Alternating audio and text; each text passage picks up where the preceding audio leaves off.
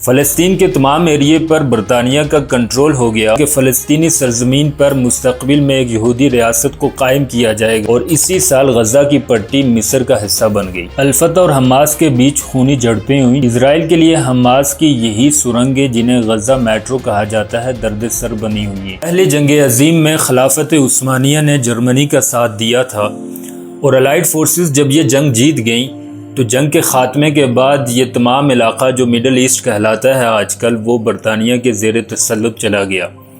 فلسطین کے تمام ایریے پر برطانیہ کا کنٹرول ہو گیا۔ 1917 میں برطانوی فارن منسٹر نے بالفور ڈکلیریشن کیا، جس میں یہ اعلان کیا گیا کہ فلسطینی سرزمین پر مستقبل میں ایک یہودی ریاست کو قائم کیا جائے گا۔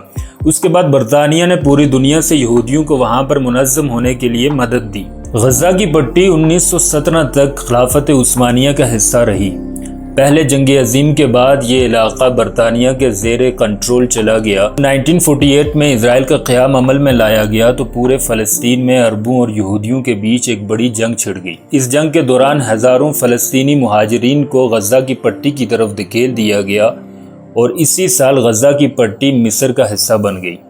20 سال بعد 1967 میں اسرائیل نے اردن، مصر اور شام کے خلاف جب جنگ کی تو غزہ کی پٹی پر بھی اسرائیل کا کنٹرول ہو گیا۔ اسی سال یروشلم اور مغربی کنارہ بھی اسرائیل کے زیر قبضہ چلا گیا۔ فلسطینیوں کے ان تینوں علاقوں کے بارے میں موقف یہ ہے کہ یہ مستقبل کی فلسطینی ریاست کا حصہ ہوں گے۔ غزہ کی پٹی 360 اسکوائر کلومیٹر خشکی کا ایک ایسا علاقہ ہے جو اسرائیل اور مصر کے بیچ ایک سینڈوچ کی طرح موجود ہے۔ غزہ کی پٹی کے شمال مشرق میں اسرائیل، جبکہ مغرب میں میڈیٹرینین سی یعنی بحیرہ روم واقع ہے، جس پر اسرائیل کا کنٹرول ہے، جبکہ جنوب مغرب میں مصر کے ساتھ رافع بارڈر ہے۔ اس علاقے میں تقریباً 2 ملین سے زائد لوگ رہائش پذیر ہیں، جن میں اکثریت سنی مسلمانوں کی ہے، اور ایک قلیل تعداد وہاں پر عیسائی کمیونٹی بھی آباد ہے۔ یوں یہ دنیا کے بعض گنجان آباد علاقوں میں سے ایک علاقہ ہے۔ غزہ کی پٹی میں 70% ان پناہ گزینوں اور مہاجرین کی آبادی ہے جنہیں پہلی عرب اسرائیل وار کے بعد یا تو ان کے اپنے علاقوں سے انہیں نکال دیا گیا، یا حالات کے جبر نے انہیں وہاں سے نکلنے پر مجبور کر دیا۔ اقوام متحدہ کے مطابق تقریباً 6 لاکھ مہاجرین 8 پرہجوم اور گنجان آباد پناہ گزین کیمپوں میں رہائش پذیر ہیں۔ اقوام متحدہ کے ادارے یونیسیف کے مطابق غزہ میں تقریباً 10 لاکھ بچے ایسے ہیں جن کی عمر محض 15 سال سے کم ہے، اور یہ کل آبادی کا تقریباً 40% بنتے ہیں۔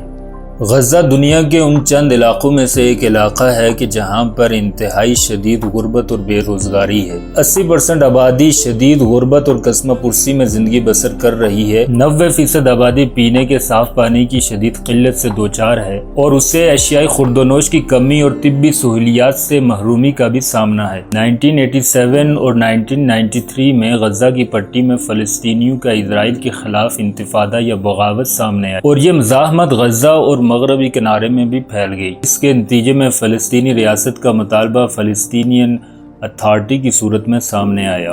اس معاہدے کے نتیجے میں غزہ اور مغربی کنارے کو پوری مکمل آزادی تو نہ ملی، مگر انہیں جزوی طور پر خود مختاری دے دی گئی۔ اگلے سال یعنی 2006 میں فلسطینین اتھارٹی کے الیکشن ہوئے، اور غزہ کی پٹی میں حماس نے محمود عباس کی الفتح گروپ سے الیکشن جیت لیا۔ الفتح اور حماس کے بیچ خونی جھڑپیں ہوئیں، جس کے بعد حماس نے غزہ کی پٹی کا کنٹرول سنبھال لیا، اور اس کے بعد سے لے کر آج تک فلسطینین اتھارٹی کے الیکشن نہیں کروائے گئے کہ خدشہ ہے کہ کہیں حماس دوبارہ نہ جیت جائے، کیونکہ حماس فلسطینی نئی نسل میں بہت ہی مقبول ہے۔ دوسری جانب حماس کا کنٹرول سنبھالنے کے بعد اسرائیل اور مصر نے غزہ کا مکمل محاصرہ کر لیا، جو کہ ابھی تک جاری ہے۔ 2007 سے غزہ کی پٹی پر حماس کی حکومت ہے، جو کہ لوکل گورنمنٹ طرز کا ایک نظام ہے جس کا کام صحت، تعلیم اور صفائی کی سہولیات مہیا کرنا ہے۔ نہ تو اس حکومت کے پاس اپنا کوئی ایئرپورٹ ہے، نہ ہی بندرگاہ ہے، اور نہ ہی اپنی کرنسی ہے۔ غزہ کی پٹی کے مغرب میں میڈیٹرینین سی یعنی بحیرہ روم واقع ہے، جس پر اسرائیل کا مکمل کنٹرول ہے، اور اسرائیلی نیوی وہاں پر گشت کرتی رہتی ہے۔ غزہ کی پٹی کی مصر کے ساتھ لگنے والی واحد سرحد رافع کراسنگ پوائنٹ بھی فلسطینیوں کے لیے بند ہے، جو غزہ کا بیرونی دنیا کے ساتھ واحد راستہ تھا۔ غزہ میں سرنگوں کی تعمیر کا آغاز 2005 میں اسرائیلی فوج اور یہودی آباد کاروں کے انخلا کے ساتھ ہی شروع ہو چکا تھا، لیکن 2 سال بعد حماس کا علاقے کا کنٹرول سنبھالنے کے بعد ان سرنگوں کی تعمیر میں تیزی لائی گئی، جس کے بعد ایجپٹ اور اسرائیل نے سیکیورٹی وجوہات کی بنا پر لوگوں کی نقل و حرکت پر پابندیاں عائد کر دیں۔ اپنے عروج پر مصری سرحد کے نیچے چلنے والی تقریباً 2500 سرنگوں کو حماس اور دیگر عسکریت پسند گروہوں نے تجارتی سامان، ایندھن اور اسلحے کی سمگلنگ کے لیے استعمال کیا۔ اسرائیل کے لیے حماس کی یہی سرنگیں، جنہیں غزہ میٹرو کہا جاتا ہے، درد سر بنی ہوئی ہیں۔ خدشہ یہ ظاہر کیا جا رہا ہے کہ حماس نے 200 اسرائیلی یرغمالیوں کو انہی سرنگوں میں کہیں چھپا رکھا ہے۔ اسرائیل غزہ کی پٹی میں حملہ کر کے ان سرنگوں کے جال کو تباہ کرنا چاہ رہا ہے۔ آغاز میں غزہ میں کھودی گئی سرنگوں کا استعمال اشیاء خوردونوش کو اسمگل کرنے کے لیے کیا جاتا تھا، لیکن اس کے بعد فلسطینی کارکنوں نے ان سرنگوں کا استعمال اسلحے کی آمد و رفت، راکٹ لانچروں کی نقل و حرکت، اسرائیلی سیٹلائٹ اور طیاروں سے عسکریت پسندوں کے بچاؤ کے لیے کرنا شروع کر دیا۔ اسرائیل غزہ کی پٹی میں بڑے پیمانے پر فضائی، بحری اور بری آپریشن کرنے کا ارادہ رکھتا ہے۔ اسی وجہ سے اسرائیل نے شمالی غزہ کی تقریباً 1 ملین آبادی کو وہاں سے نکل جانے کے لیے کہا ہے، اور نقل مکانی کرنے والے قافلوں کو بھی نشانہ بنایا ہے، اور ہسپتالوں کو بھی اسرائیل مسلسل نشانہ بنا رہا ہے۔ ابھی تک ان حملوں میں تقریباً 4000 فلسطینی مارے جا چکے ہیں اور ہزاروں فلسطینی زخمی ہو چکے ہیں۔ اگر اسرائیل غزہ میں گراؤنڈ آپریشن کرتا ہے تو یہ ایک بڑے انسانی المیے کو جنم دے گا، اور اس جنگ کا مستقبل کیا ہوگا یہ وقت ہی طے کرے گا۔